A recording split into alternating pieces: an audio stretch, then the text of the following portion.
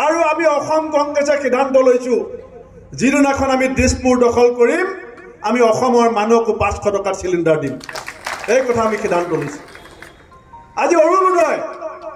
তেওঁলোকে জাত পাত চাই পেলাই দিয়ে তেওঁলোকে বিজেপি বাছি বাছি চাই পেলাই দিয়ে আমি কংগ্ৰেছ দলে সিদ্ধান্ত লৈছো অসমৰ প্ৰতিগৰাকী সাধাৰণ মহিলাক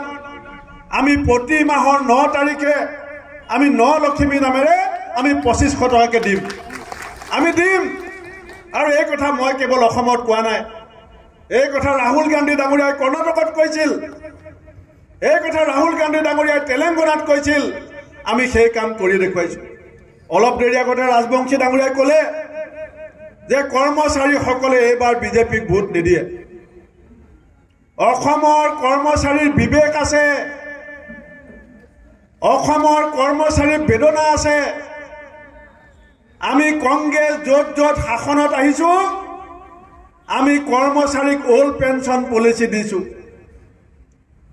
অসমৰ কৰ্মচাৰীয়ে জানে যে কংগ্ৰেছ দল একমাত্ৰ দল যি কৰ্মচাৰীসকলক ওল্ড পেঞ্চন পলিচি দিব বিচাৰে আৰু বিজেপিৰ মুখ্যমন্ত্ৰী হিমন্ত বিশ্ব শৰ্মা ডাঙৰীয়াই শপত খাই থৈছে যে বিজেপি শাসনত থকালৈকে অসমৰ কৰ্মচাৰীয়ে ওল্ড পেঞ্চন পলিচি নাপায়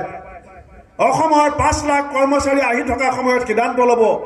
তেওঁলোকৰ পক্ষত কোন দল থাকিব আৰু তেওঁলোকৰ পক্ষত কোন দল নাথাকে এই সিদ্ধান্ত অসমৰ কৰ্মচাৰীয়ে ল'ব আমাৰ কংগ্ৰেছ দলৰ কৰ্মীসকলৰ কাম হৈছে গাঁৱত গৈ পেলাই কৰ্মচাৰীসকলক এই কথা আপোনালোকে মনত পেলাই দিব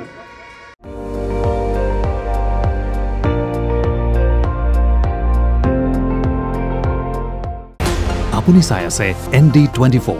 সৰ্বশ্ৰেষ্ঠ নহয় সৰ্বোত্তমৰ দৌৰ